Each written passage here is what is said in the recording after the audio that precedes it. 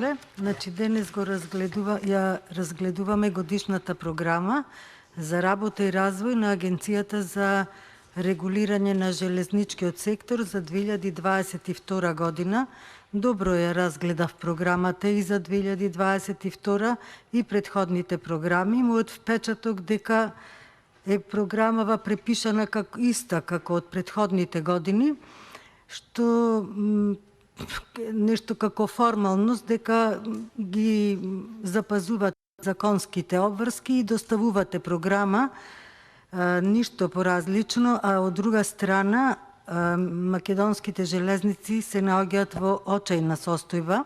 Значи, од една страна имаме предимензионирана програма, а од друга страна капацитетот на самата агенција е многу мал, знаеме дека се само тројца вработени.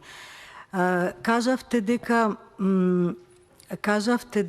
оваа агенција ќе врши анализа и направените резултати јавно ќе ги достави, па еве имавте и минатата година и предминатата година вакви анализи за состојбата, што презедовте вие за да се подобрят услугите во железницата, или кои искуства ги имплементиравте во железницата со тоа што одите, да речеме, на меѓународни средби, па што имплементиравте кај нас, затоа што знаеме според оние извештаи кои ни ги дадовте за работата на железничкиот сообраќај во нашата држава, помалку патници од секогаш имало, помал број на километри, ништо нема во инфраструктура, 1 метар немате железничка пруга ставено, Битола Кременица уште ја пуштате во употреба, уште ги пуштате железничкото поврзување со тир зоните, уште коридор 8 го работите, а сето тоа го ветувавте во 2016 година. Мислам дека агенцијата е таја која што треба да врши надзор и контрола на услугите кои што ги дава железничкиот оператор. Агенцијата значи треба да се погрижи за подобрување на квалитетот на железничкиот сообраќај, пак ќе кажам, тој се наоѓа на најниско ниво досега. Зошто? Затоа што патниците реагираат за непочитување на возниот ред, возовите доцнат или се откажуваат линии, нема доволна покриеност со железнички линии, укрити се возовите за Кичево и Кочани, па така граѓаните не се во можност да ги користат тие железнички услуги.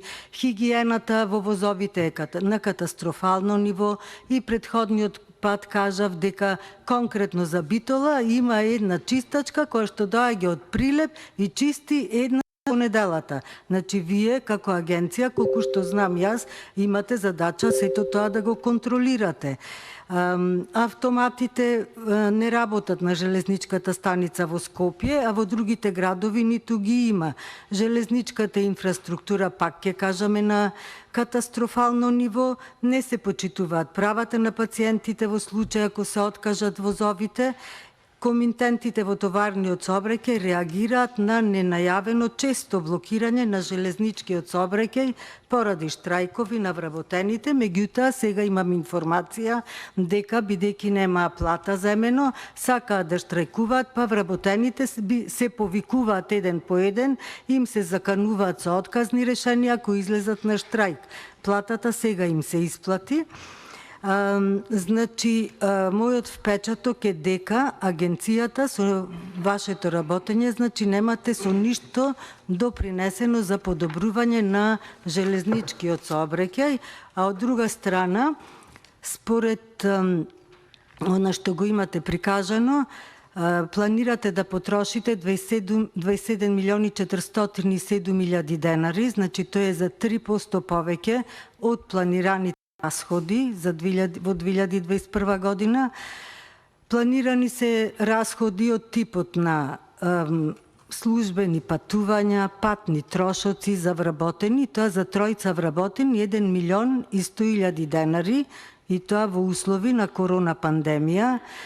Опрема за мебел од 4 милиони 950 илјади денари, од кои 1.200.000 денари за набавка на автомобил. А платите на вработените во агенцијата се екстремно високи и врз основа на она што сте работели, аз мислам да се и неоправдани.